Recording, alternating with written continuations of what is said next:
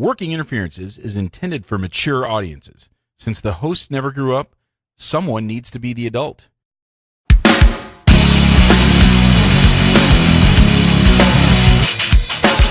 Welcome to Working Interferences with Josh and Lance, the dental advice podcast for the average dentist. Here is Josh and Lance. Bros, what is up? Welcome to the Working Interferences podcast, a dental advice show. I'm Josh Walston. And I am Lance Timmerman. Lance, I was in your neck of the woods last weekend, and we weren't able to hook up. How ridiculous is that? Sorry. It was, so I was there for like a planned wine trip with Andrea's study club. Okay. And her study club director is a big onophile, which sounds... Onophile? Yeah, it sounds really gross, but it's somebody who's into wine. Okay. That's like an interesting... Where does that come from? I would think Vito something. Let's look. Okay. Are they so snooty they can tell old world versus new world and all that? Oh, yeah, 100. He can blind taste pretty well. Onophile, Oenophile, a connoisseur of wines. Let's see if I can figure out where the onophilia comes from. Oenology is the science and study of winemaking, distinct from viticulture. Okay. Which is the agricultural endeavor of vine growing and grape harvesting. Okay. The English word oenology derives from oinos, which is wine in Greek. So there you go. I get it. All right. That's it. But there was some great stuff in Woodinville, is that right? Woodinville, yeah. Great stuff. Good. Nobody has vines there. All the vines are on Red Mountain. Yeah, most of them are grown in Eastern Washington. Eastern Washington, yeah, but that's a pain in the ass to get to. Mm-hmm. So we just went to tasting rooms all in the Woodinville area, probably St. Michel Winery has Yeah. a big place there. Yeah, St. Michel is huge. Yeah, but all those little places right downtown Woodinville is good place to go. Easy to bar hop without really going far. It was great. Yeah, everything was in walking distance. We stayed at a place called Willow's Lodge, which was very nice, and it was good. We had a good time. Sorry I wasn't able to hook up with you, but it was pretty tightly planned, down to the minute. So and I left town myself anyway, so it was like, yeah, we got a window of about an hour here, so yeah, I'm good. And you went to go see Weezer, yeah? I went and saw Weezer again. And how were they? Oh my God, such a good show. Better than other times you've seen them, or as good, or different but equal? Yeah, I got to go with different but equal because they've all been really, really good, and they've all been different. You know, there have been so many times I've seen other bands and they do the same show. Their set list really isn't that different. Their set list was different, so it was cool. Nice, very nice, very talented. I was in LA recently to go to an Andrew McMahon show. Yeah, have kind of a funny story I teased about that. You did. So we'll hit that story real quick because it fits in this theme of this show that I didn't know was going to be the theme of the show when I started working on the outline of the show, and then realized this is a very show that's heavy on one particular thing. Yeah. So we go to the show. The show was in LA. It was on a Friday, and I had wrangled through my connections with his foundation. I had wrangled. They were going to let me in to watch Soundcheck, which was really cool. Getting to see Soundcheck, a professional band do Soundcheck, was amazing. They probably played 7 or 8 songs just in Soundcheck, and songs that they didn't play in the concert. Oh, really? Okay. They were really cool, just interacting with everybody. That was, it was a small number of people that were there. Very, I don't know, maybe 10 people or so. Oh, okay. Wow. Yeah, super cool. So it was in the theater, everything. This was about 3 o'clock in the afternoon, and then got to hang out with him for a little bit after that. So Soundcheck, and then got to hang out with Andy, which was cool. What? Oh, you're Andy. Yeah, we're on very familiar terms now. Nickname basis, Christmas cards. We're texting emojis back and forth. It's we're cool. Okay, we're cool. So we hang out with Andrew for a little while, and then it was like, okay, got to go, get ready for the show. This is like at 5 o'clock. And so the show, like, doors don't open until 7:30. Show starts at 8, and then there's like 2 openers, right? So Andrew McMahon's not going to see the stage till like 9:30. Right. So we look around, and we found this place in downtown LA called LA Grand Central Market. And it's kind of like a farmer's market sort of deal. It's kind of an old bus terminal, I think, and it's been turned into a bunch of little pop-up shops or whatever for restaurants. Okay. So all these cool little, kind of it's almost like a food truck, kind of deal, but they're just no trucks, right? So there's just a bunch of these little pop-up restaurants. And so we go walk down to that, walk around, kind of get the lay of the land. And Andrea decided she wanted to eat El Salvadorian food, which is one of her favorites. I was like, I was a little lukewarm on El Salvadorian food. So I saw when I walked in an oyster hut.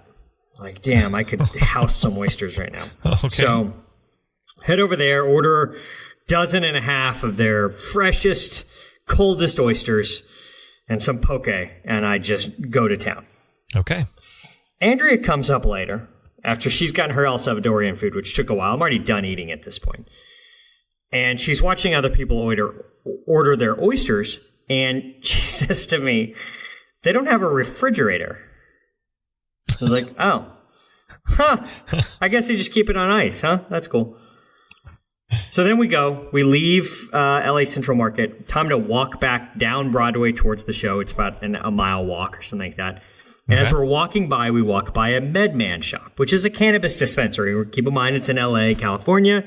Mm-hmm. Cannabis, completely legal. All life is good. Andrew and I look at each other and say, this could only go well, right? So we go into the MedMan store.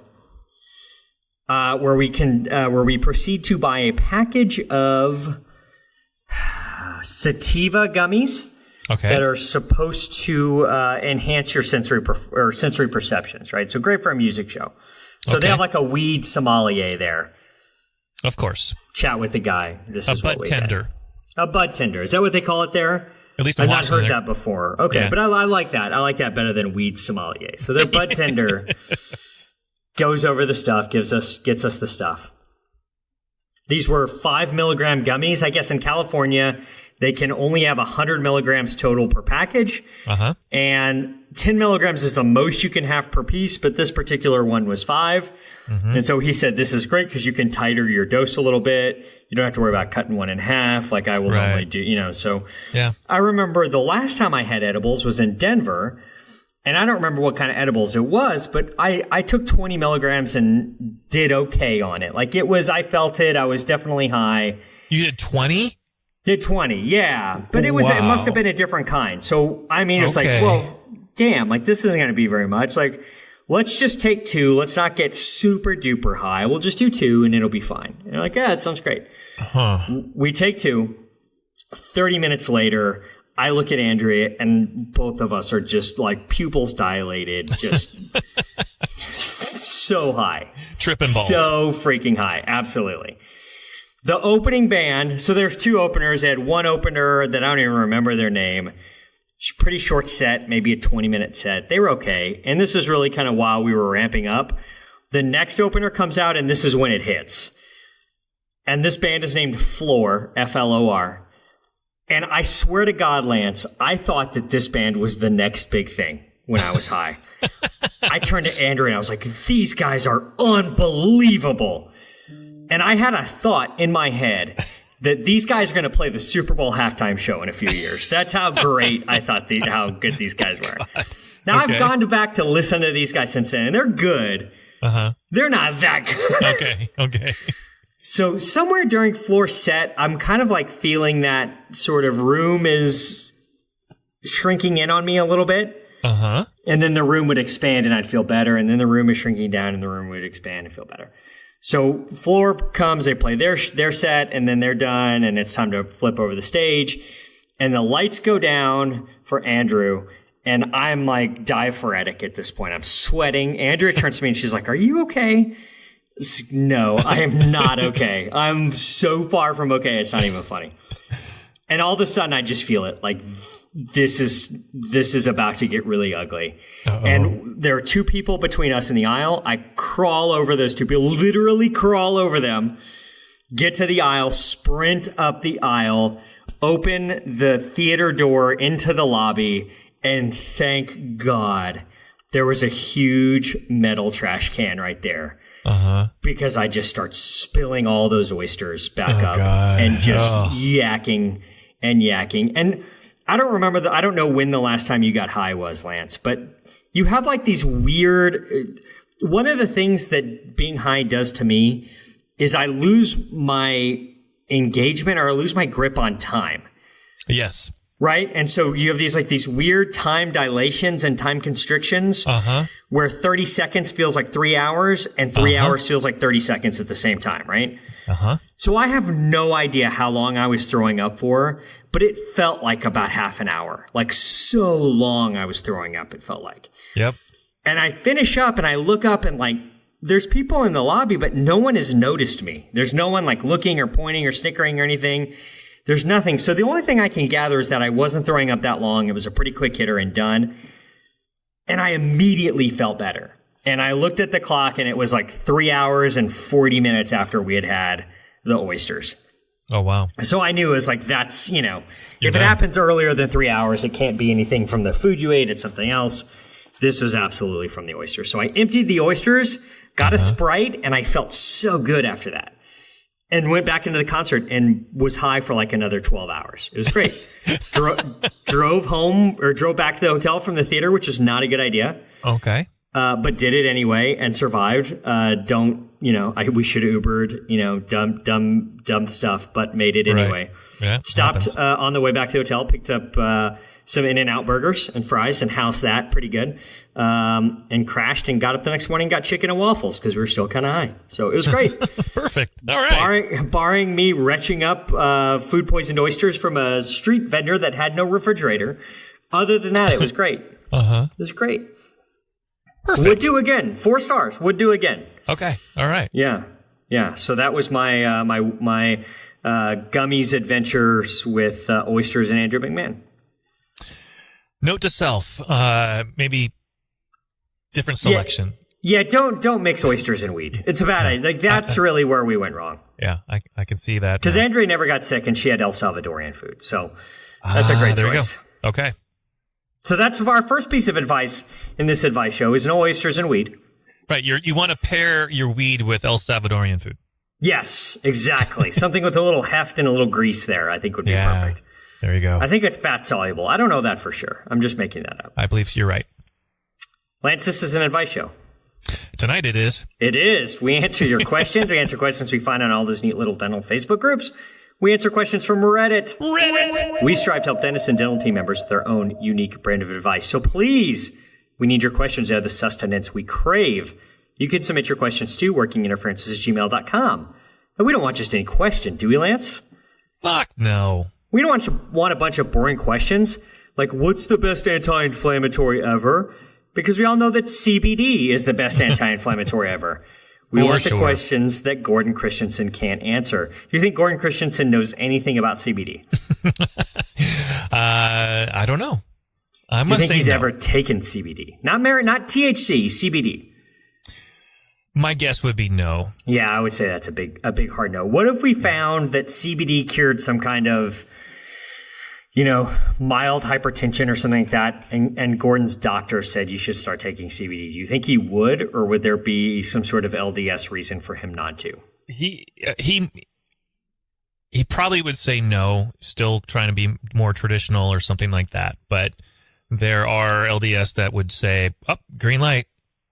Yeah, doctor said it was okay. And you're not getting high from the CBD, right? That's sort of the deal, but right? To be honest, the CBD only really works when in combination with some THC. So, got to get some. Yeah, but Gordon lives in Utah. I was going to say. I was going to say Gordon lives in California, but I don't think he doesn't anymore. No. We want the questions that Gordon Christian cannot answer. Back to our... to get back on track. I love that. Has Gordon ever X is like one of my favorite segments of this show. Has Gordon ever done a rusty trombone? That day is coming. Question 1, Gina asks, he grabbed my face, and when I tried to pull away from him, he pinned me down, climbed on top of me, and stuck that thing into my mouth. Is exactly how an upset patient described my associate's injection technique to me yesterday. She was just unhappy about the color of her implant crown, but she felt I should, quote, know what is going on in my practice, unquote. How would you talk to an associate about this? Well, first I want photos. I got to see the associate. I'm pretty sure it's a dude. Oh, then forget it. Yeah. Yeah. Yeah, it's a guy. Okay, well. So you're out on photos on that. Okay. I got to be honest with you, Lance. When I first read the question, I thought we were getting some sort of confession about a run-in with Joe Biden. Like at some point, like Gina had donated some money to the Obama, Biden campaign, and she was like in a room with Biden, and this happened.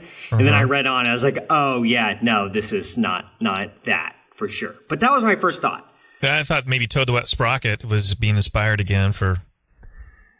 No, I don't know that reference. You're gonna have to help me out on that reference. Toad the Wet Sprocket is a little bit before my time. Is it really? Oh, okay. Yeah, like I was in middle school when Toad and the Wet Sprocket was in. Oh, okay. Yeah, it would be like 92, 94. Yeah. Okay. 92 I would have been like in 7th, 8th grade. Yeah, I had this anti-date rape song, and the lyrics are, take her down and hold her down and take her arms and... Take her arms and hold her down and hold her down and hold her down and hold her down till she stops moving. And you think it's pro, but then when you start... listen to the lyrics, you realize it's a tough look. A pro date rape song at any time period is a tough look for a band. Yeah, to put on vinyl and to put on tape and on digital. hashtag Me Too hadn't started yet. Yeah, but like all of time will have access to this, and going on record is like, yeah, hey, this is something you should do. Is a tough look. Yeah. So I'm glad it was an anti-date rape song, not a pro date rape song. It's a good choice by our boys Toad. And his wet sprockets or whatever. Sprocket, yeah. Got their name from a Monty Python skit. Oh, see, there we go. Monty Python again. We've covered that before about how I don't see the humor. But again, I mean, that's age range, right? Like, so Toad and the Wet Sprocket would have been in their 20s or whatever in the early 90s. Yep. So again, that's just a different, different age range, different generations. That's right. Have you ever had an associate? I have not. Okay. So I can only imagine how it must suck to have to babysit. Right. So this is tough because you never want to be the overbearing senior doc. Right. But as soon as they start saying, and it climbed on top of me, I immediately say, okay, every word out of your mouth is bullshit. Yeah, there's a lot of hyperbole. Of hyperbole.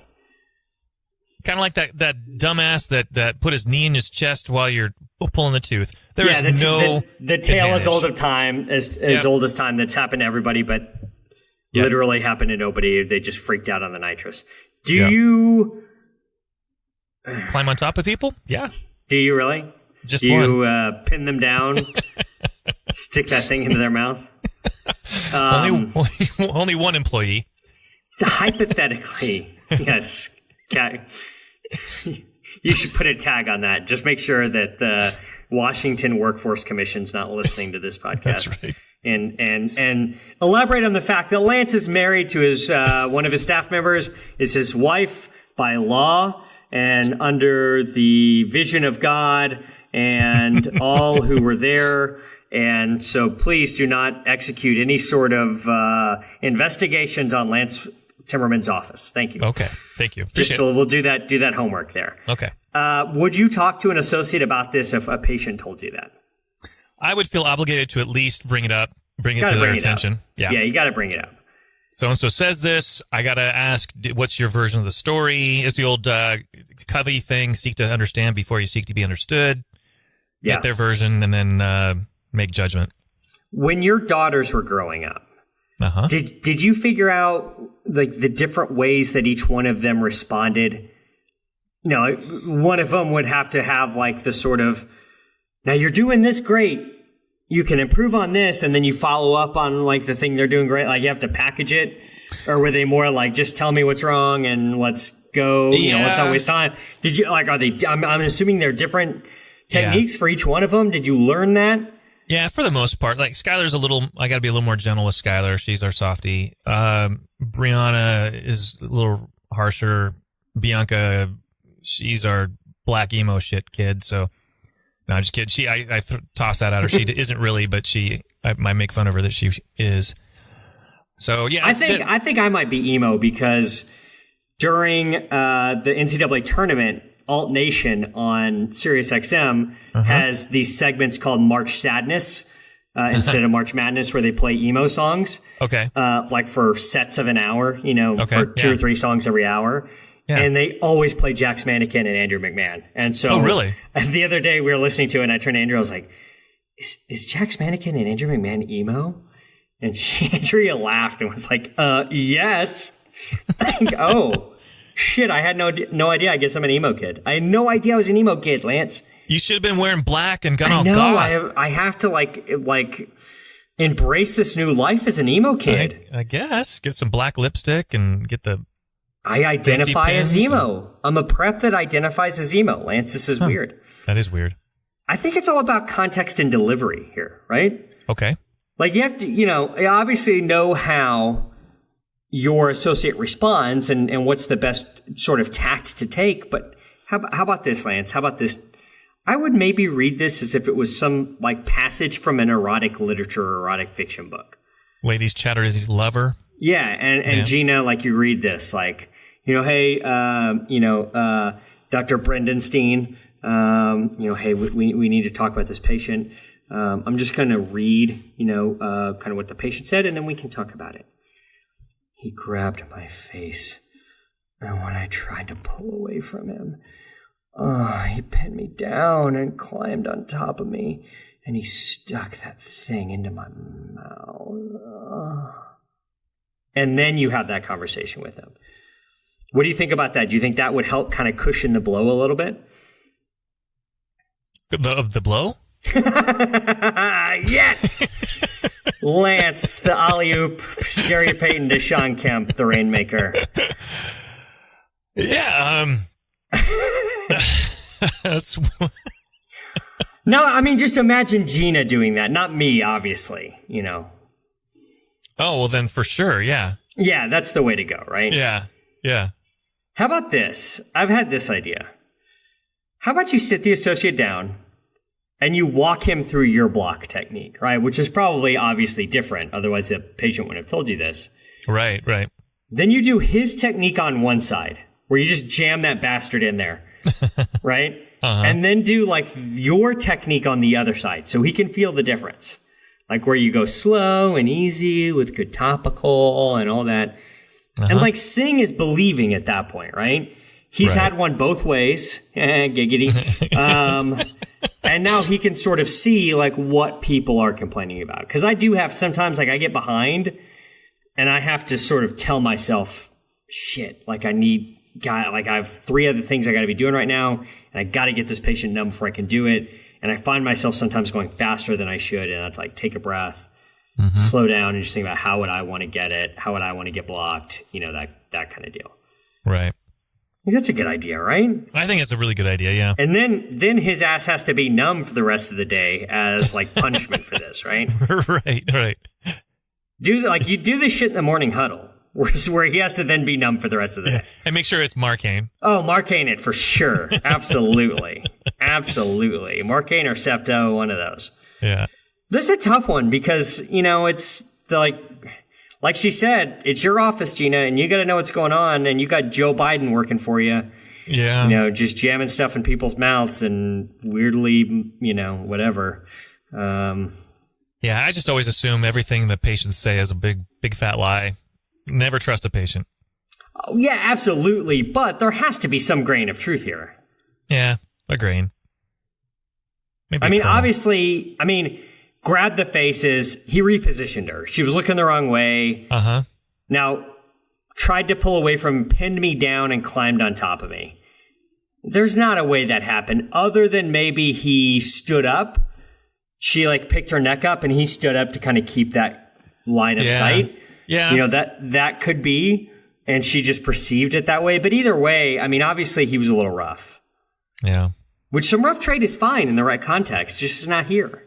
Right. Not on a block technique. But yeah, sit him down and do it his way on one and do it your way on the other.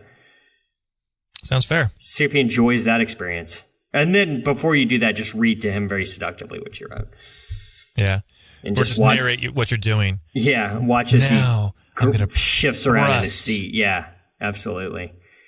Absolutely. I'm glad I don't have to deal with that. I'm glad I don't have an associate. Yeah, no shit. I'm really glad I don't have an associate. Reddit user Bison _ asks, intense tooth pain after smoking weed? I got a root canal on a tooth a few months back and recently started smoking weed. The tooth does not have a crown yet. The tooth is never sensitive except when I smoke weed. I have used Juul and this does not affect it, but when I vape or smoke marijuana, it hurts the more I smoke. Is this something I should ask my dentist about? Is it something I should stop doing until I get a crown? Thanks. So we got Bison here.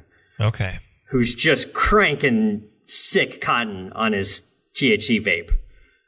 He's huffing that cotton, Lance. And his tooth hurts because of it. Switch to edibles. Yeah, so you're in the land of legalization. Legalize it. You're in the land of legalization. You probably deal with this.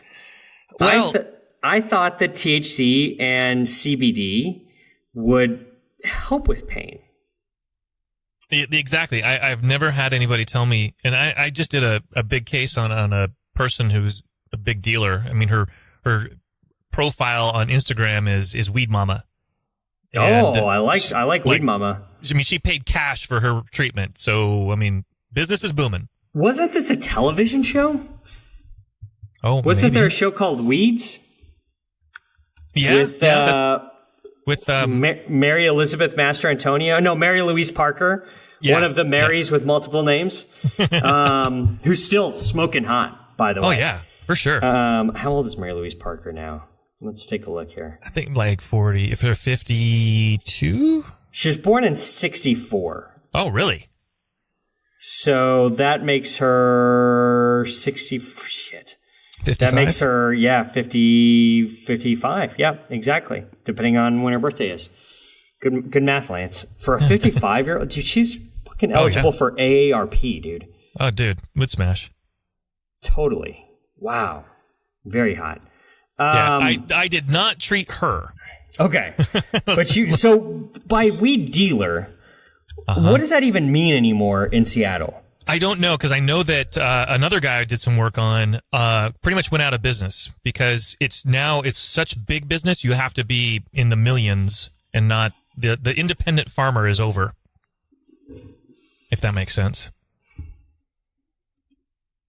So your Weed Mama is actually growing, or is she just a middleman? I think she used to. I think she made her money in it and now is probably working for one of the big corporations or something.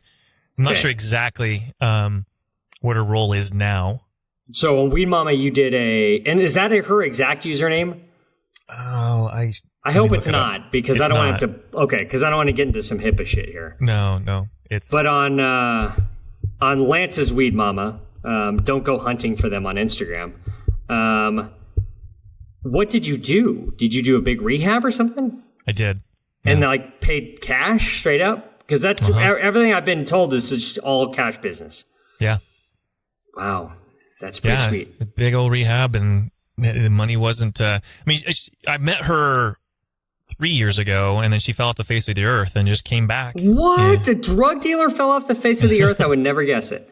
And her dentition was way worse than it was. And I'm like, yeah. I was just about to ask, does she partake, or does she just? Oh, yeah. Is it just the business?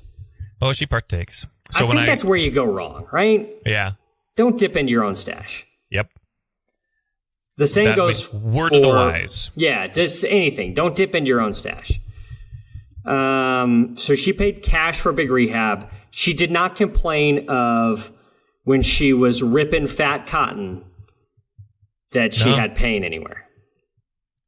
Oh, there's her name. I won't say it, but yeah, it's not Weed Mama, but it's close. Okay, good. So when she would rip that fat cotton, She never said anything Never about said anything about pain.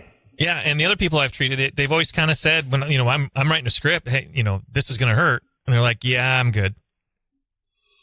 They're like, they don't want the narcotics, they've got their weed. The tooth is never sensitive except when I smoke weed. I have used Juul, and this does not affect it. But what's the difference between Juul and a vape? I thought those are the same thing. It is, yeah. My guess is this is probably not in a state like Washington or Colorado. What happened when it legalized and big business came in, Legalize it. Everything that has labels now, they run things through, mass spectrometers and everything. You know exactly what's in there. Back in the day, you never knew what the people were lacing the stuff with. So maybe it's not just the weed; it's the stuff your dealer is infusing. Like baby formula or baby laxatives or something. I think that's cocaine, though. Okay. Wasn't it? Was it Training Day where Denzel Washington gives Ethan Hawke a joint that has laced with angel dust or something? PCP. Probably. I never saw that. You never saw Training Day? I didn't. Is it good? Yeah, it's really good. Yeah, okay. yeah, absolutely. Right. I have Netflix. Yeah. I'll go. You got to peep that. Okay. You totally got to peep that. All right. I have used Juul, and this does not affect it, but when I vape or smoke... Yeah, I thought Juul was a vape. Yeah, I'm pretty sure it is. So I thought he was just huffing fat, sick clouds of cotton, and it was hurting, but let's see, what is a Juul? Oh, Lance just pulled out... Lance is on camera, and he just pulled out a Juul, and he's chugging fat cotton like he's... James Watt, the inventor of the steam engine. Is that mango flavor, or what do you got there? It's pistachio. All these all these flavors are so stupid. Yeah. What is Juul? Juul was developed as a satisfying alternative to cigarettes. Juul's a vape, right? And it's got a USB plug? Yeah. Why do you need... Lance, I don't get it. Why do you need a USB plug? It's just easier to recharge. Oh, is that what it is? It's not like firmware updates or something? My guess is just it's an easier, because we all have USB chargers now. So rather than try to use batteries, I don't know. Wow. All right, let's look at... I don't have one, so I don't know. Let's go through some of the flavors of the Juuls. Flavor 1, Virginia tobacco, which I guess is... in tribute to the Virginia Cavaliers for winning the NCAA tournament. Is Virginia tobacco different than North Carolina tobacco? Well, it's got to be. It's fruitier. Okay, because everyone is Virginia's a fruit. Shouts to J-Lips. That comes in 5% and 3% nicotine strengths. Then we got mint, which I'm cool with. Like, that makes sense. Right, menthol. We do have menthol. That's another one. How about this? All right, then we got classic tobacco. So obviously, Virginia tobacco, classic tobacco, not sure what the difference is, but there's a difference. Now, classic only comes in a 5%. So if you want that 3%, but a tobacco flavor, it's going to have to be Virginia. Okay. Now's where it gets fun. Cream flavor. Now, is that do you think that's vanilla? Because that's sort of cream soda is kind of a vanilla. Oh, sure. That one's pulling 4.5 stars rating, 5% and 3%. We have fruit, which is only pulling a 3.5 star rating, so people just don't like the fruit as much. 5% and 3% in fruit. Mango, 5% and 3%, 4.5 stars rating. Cucumber. Really? Cucumber. The dick-shaped plant that I always confuse with a zucchini. Cucumber. Why do we need cucumber-flavored vape? Because it's refreshing. Is it? Apparently. 5% and 3%. Fucking 4.5 stars here on cucumber flavor. I'm big on the cuke. So let's see, we've got 4.5 stars on Virginia tobacco, mint, mango, cuke, menthol, and cream.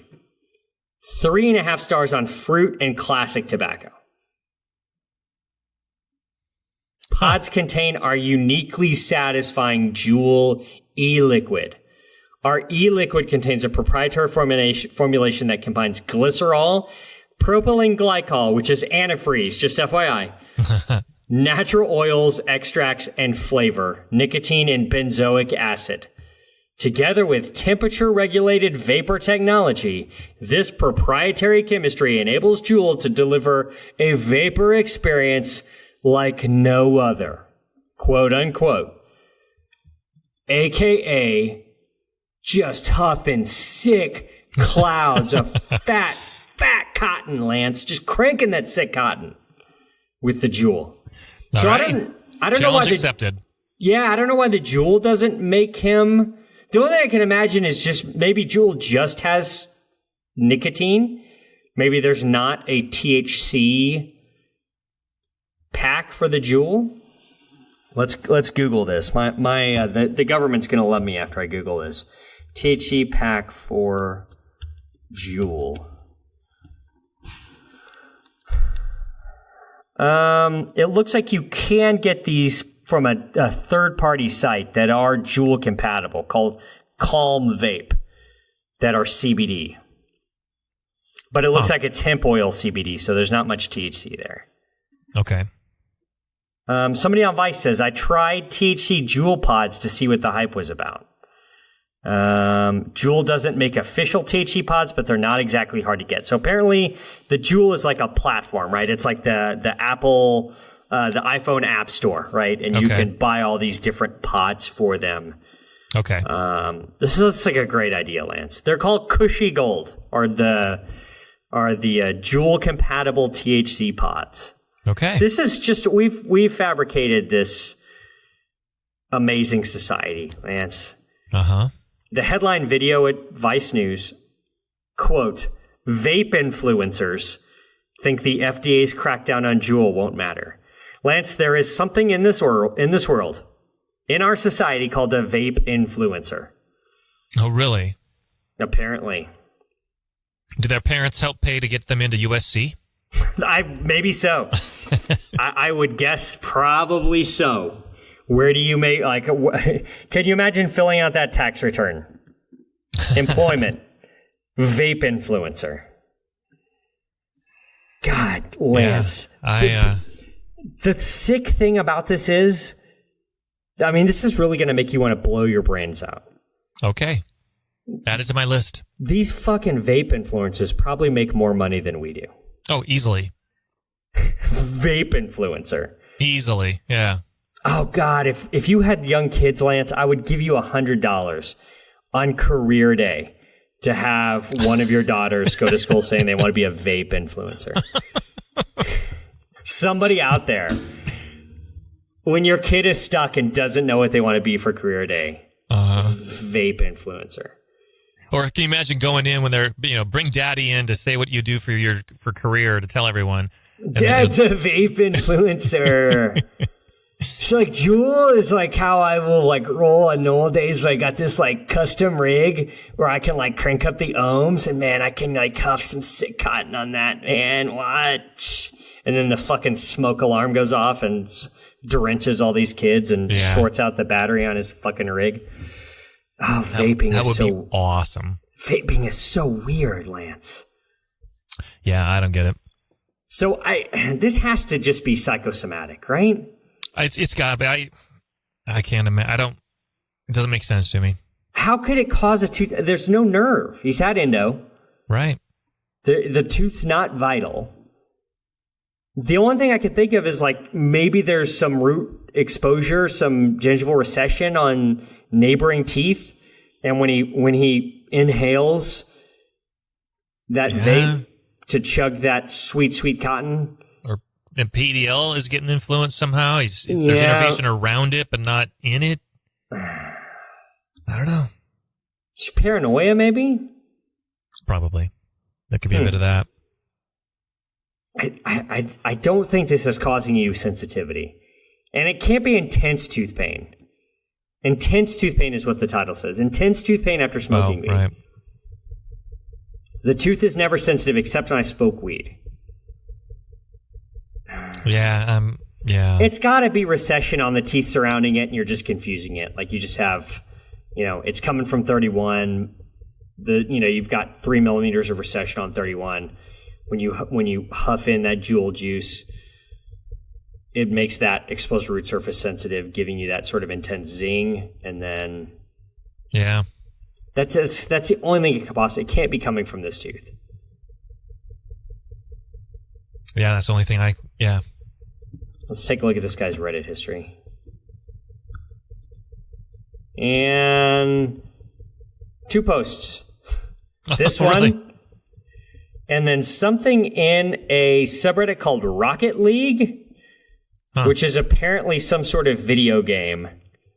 Oh, really? And yeah, he posted a video about a G2 Rizzo's crazy sick ceiling shot. I don't understand what any of that means. No, but it sounds really cool. It's a video, and there's literally pages of comments about how sick that shot was. Man. Again, a wonderful society we've crafted. Wonderful. Yeah. Yeah, it's good times. I went to a San Antonio District Dental Society meeting tonight. On purpose? Yeah. The topic was CBD and dentistry, and it was put on by the wife of an orthodontist in town who's a physician. So she's a physician, he's an orthodontist. She does what we would call, or what she calls integrative medicine. Okay. And so she did a whole deal about CBD and all the things that CBD can be used for, and yada, yada, yada, and sort of trying to steer clear of the THC thing, but because it's not legal in Texas. Okay.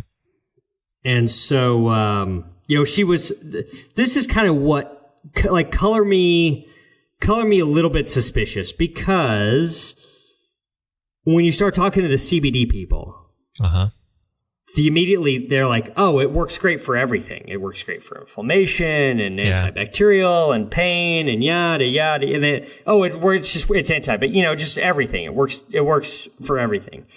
And anytime something works for everything, I immediately assume it's bullshit and it works for nothing, right? It's the same thing with the mid-level marketing shit, like the Isogenics and Shakeology and Advocare and all that garbage.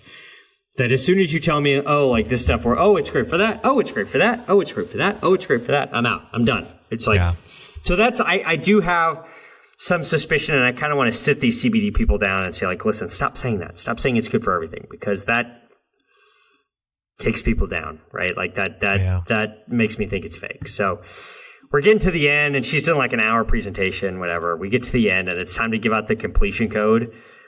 And I turned to Andrea, and I said, I bet these pussies won't make the code 420. So they start reading out the code, and it's like 126, and I'm just like, pussies.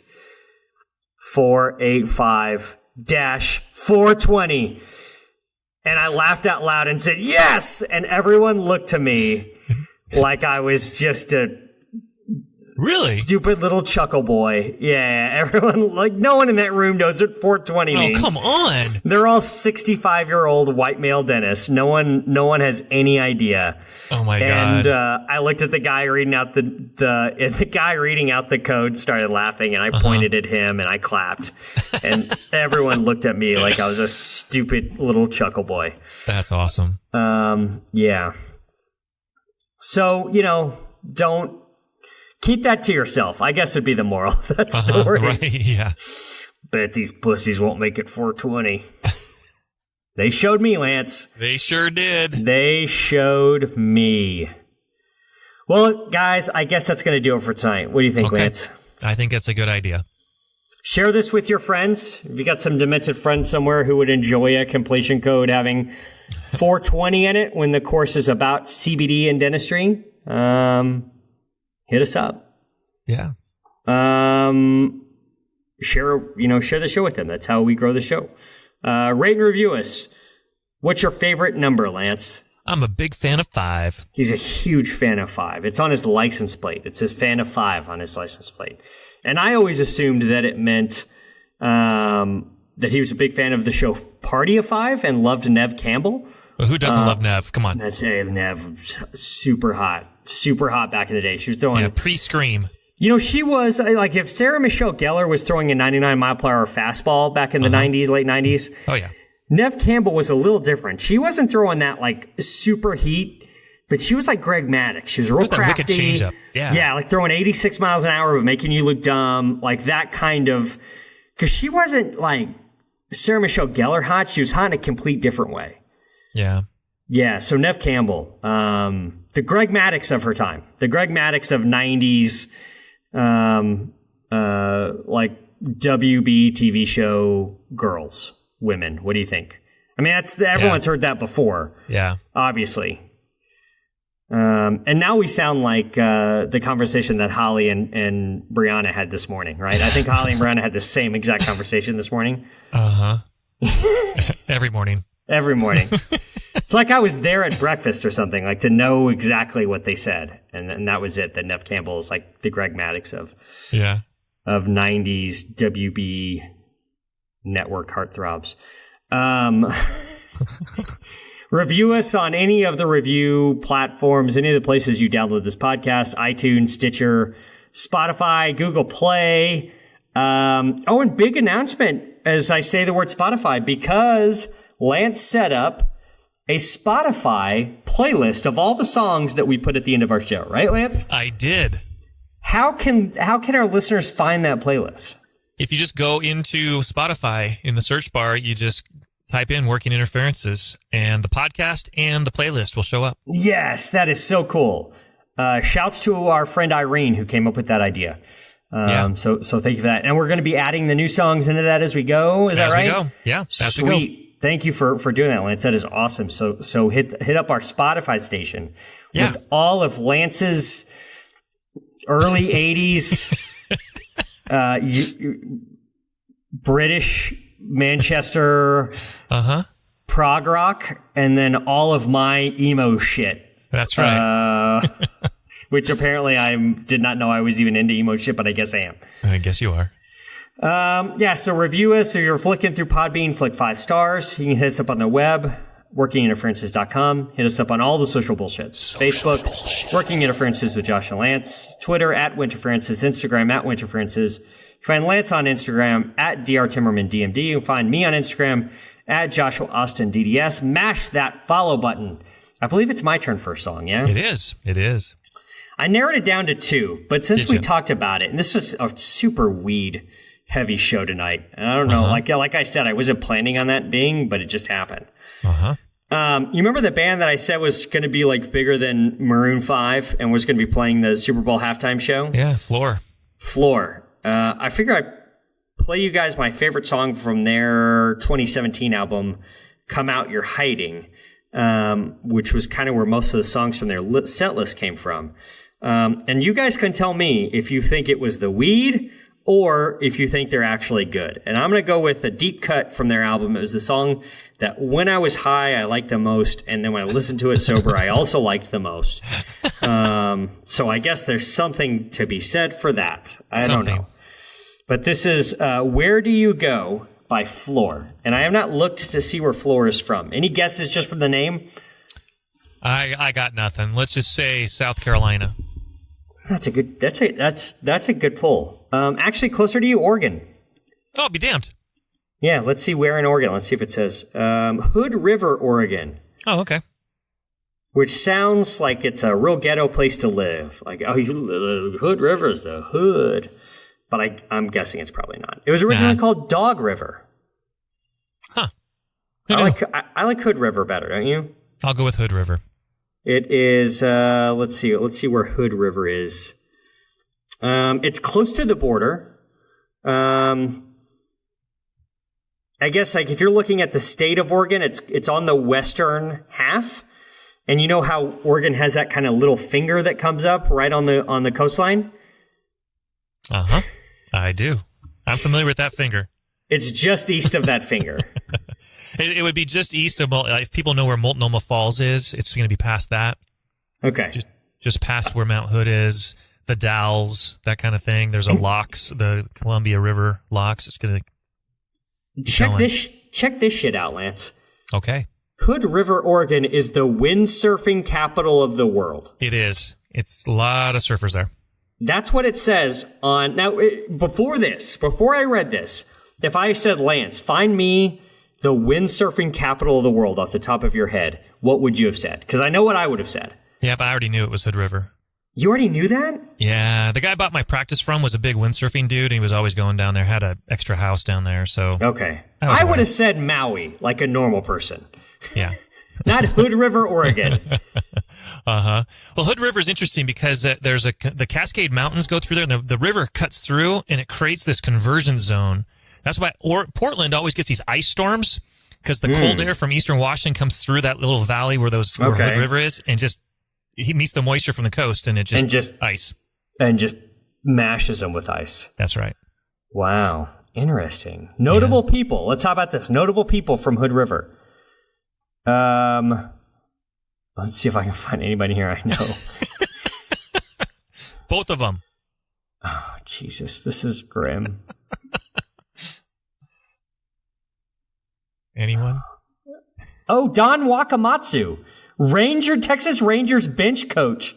Don Wakamatsu is from Hood River, Oregon. He was a Seattle Mariners coach. He was a Mariners manager too. He managed for like a year. 2009, 2010. He managed the Mariners. Exactly right. Yeah. Good call. That's it.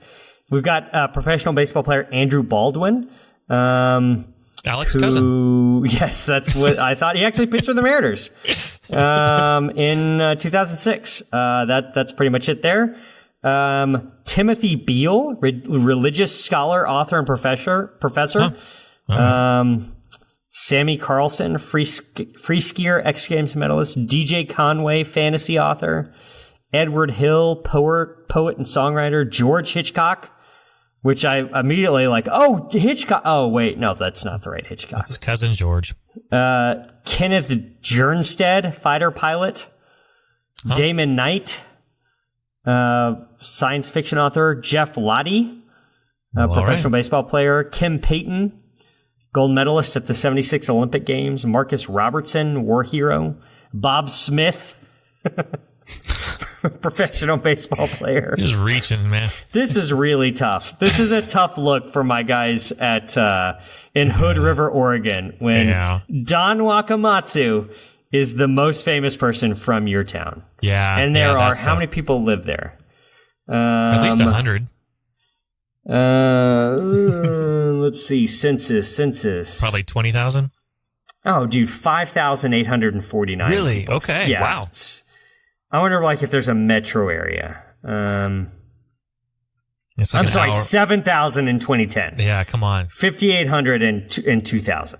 Okay. All right. So now that makes more sense. Because for a city of 100 grand, that's a embarrassingly small amount of notable people who have come out of there. Yeah.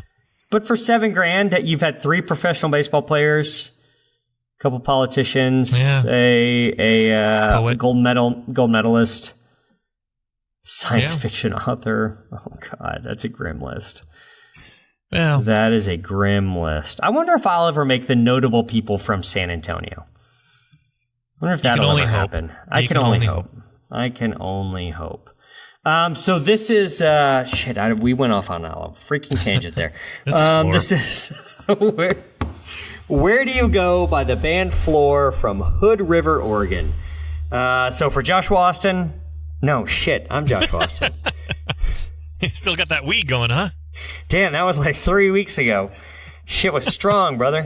For Lance Timmerman, I'm Joshua Austin. Peace. Celebrate the foreskin. Legalize it. Whenever you disappear, I can't seem to find you. You slip into the night. So where do you go? I wanna follow you down where your secrets hide. Won't you let me inside? I can see what you love, who you are. I can see how you run for the stars.